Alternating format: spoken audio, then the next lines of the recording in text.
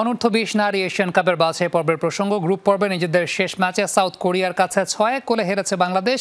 হারের পরও সেরা 3 গ্রুপ রানার্স আপ হয় প্রথমবারের মতো চূড়ান্ত পর্বে জায়গা করে নিয়েছে লাল সবুজের প্রতিনিধিরা। অপর ম্যাচে চায়নার কাছে লেবানন 8-0 গোলে হেরে যাওয়ার চূড়ান্ত পর্ব নিশ্চিত হয় বাংলাদেশের।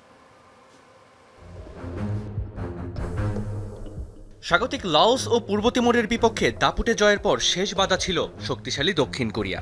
র্যাঙ্কিংয়ে 83 ধাপ এগিয়ে থাকা দলটির বিপক্ষে হার এড়াতে পারলেই মিলবে মূল পর্বের টিকিট।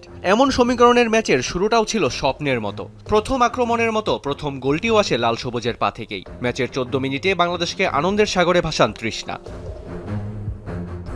তবে লিড বেশিক্ষণ ধরে রাখতে পারেনি বাংলাদেশ। 5 মিনিট পরই লি হিউনের গোলে সমতায় ফেরে দক্ষিণ কোরিয়া। গোল সমতায় বিরতিতে গেলেও দ্বিতীয়ার্ধে তাসের ঘরের মতো ভেঙে পড়ে বাংলাদেশের রক্ষণভাগ। শুরুতেই গোল হজম করে বাটলারের দল। গোল শোধে মরিয়া যখন সাগরিকারা, ঠিক তখনই 60 মিনিটে বাংলাদেশের জালে আরও একটি গোল।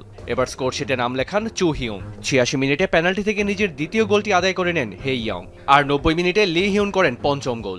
রেফারির শেষ বাঁশি বাজার আগে বাংলাদেশের কফিনে শেষ পেরেকটি ঠোকেন ডিফেন্ডার জিন হেরিন। দাপুটে জয়ে মূল পর্বে দক্ষিণ কোরিয়া। হারলেও 6 পয়েন্ট নিয়ে গ্রুপ রানার্স আপ হওয়ার সুযোগ ছিল বাংলাদেশের সামনে। অপর ম্যাচে চীনের কাছে 8-0 গোলে লেবানন হেরে যাওয়ায় প্রথমবারের মতো অনূর্ধ্ব-20 নারী এশিয়ান কাপের মূল পর্বে জায়গা করে ইতিহাসের পাতায় নাম লেখালো লাল সবুজের প্রতিনিধিরা।